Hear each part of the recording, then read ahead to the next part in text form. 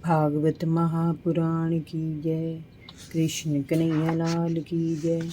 राधा रानी की जय। भगवान श्री कृष्ण के सभी भक्तों को राधे राधे, जय श्री कृष्ण।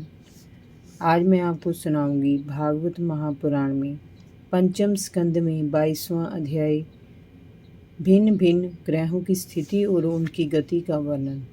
राजा परीक्षित ने पूछा, मुनिवर, कुछ विद्वानों का कहना है कि भगवान सूर्य राशियों की ओर जाते समय मेरु और ध्रुव को दाहिनी ओर रखकर चलते हुए प्रतीत होते हैं, परंतु वास्तव में इनकी गति दक्षिणावर्त नहीं होती। इस विषय पर आपका क्या मत है? श्री सुखदेव जी ने कहा, राजन, जैसे कुम्हार के घूमती हुई चाक पर बैठकर उसके साथ घूमती हुई चींटी की गति उससे सर्वथा भिन्न होती है और वह कभी कहीं तो कभी कहीं दिखाई देती है, उसी प्रकार नक्षत्र और राशियों से निर्देशित कालचक्र में पड़कर ध्रुव और मेरु को दाएं रखकर घूमने वाले सूर्यदेव तथा अन्य ग्रहों की गति वास्तव में उससे भिन्न ही होती है, क्योंकि काल भेद के कारण ही वे भिन्न भिन्न राशियों में और नक्षत्रों में दिखाई पड़ते हैं।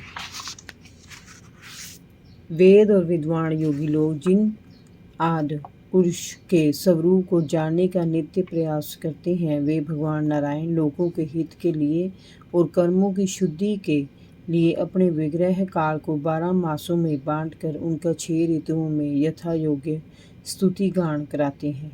वर्णाश्रम धर्म का पालन करते हुए इस लोक में रहने वाले मनुष्य श्रद्धापूर्वक परमात्मा की आराधना करते हुए परम पद को प्राप्त कर सकते हैं। राजन, भगवान सूर्यदेव ही संपूर्ण लोकों के आत्मा है। वे पृथ्वी और धूलोक मीन्स अंतरिक्ष के मध्य स्थित इस आकाश मंडल के भीतर कालचक्र में स्थित होकर 12 मासों को भोगते हैं।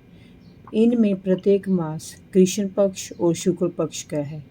जितने काल में सूर्यदेव इस संवत्सर का 6ठा भाग भोगते हैं, उसका वह भाग एक ऋतु कहलाता है। सूर्य के पूर्ण मार्ग के आधे मार्ग को एक अयन कहा जाता है।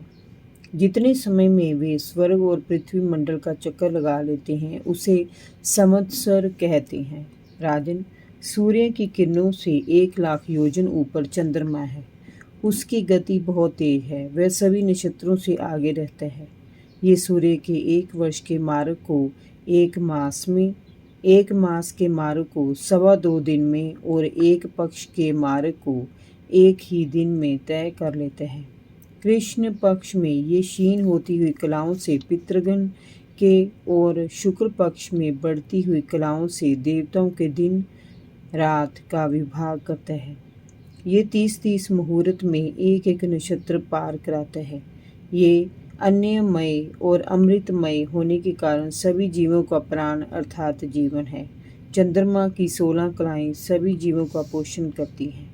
चंद्रमा से 3 लाख योजन ऊपर 28 नक्षत्र हैं। ये कालचक्र में निरंतर घूमते रहते हैं। इनसे 2 लाख योजन ऊपर शुक्र वर्षा करने वाला शांत ग्रह कहलाता है।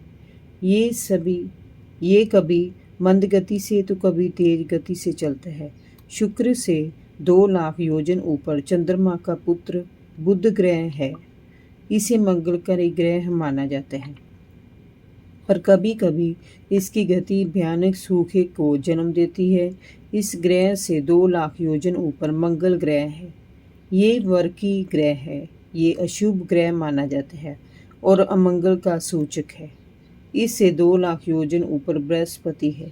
ये भी वक्री ग्रह है। ब्राह्मण कुल के लिए ये अनुकूल होता है।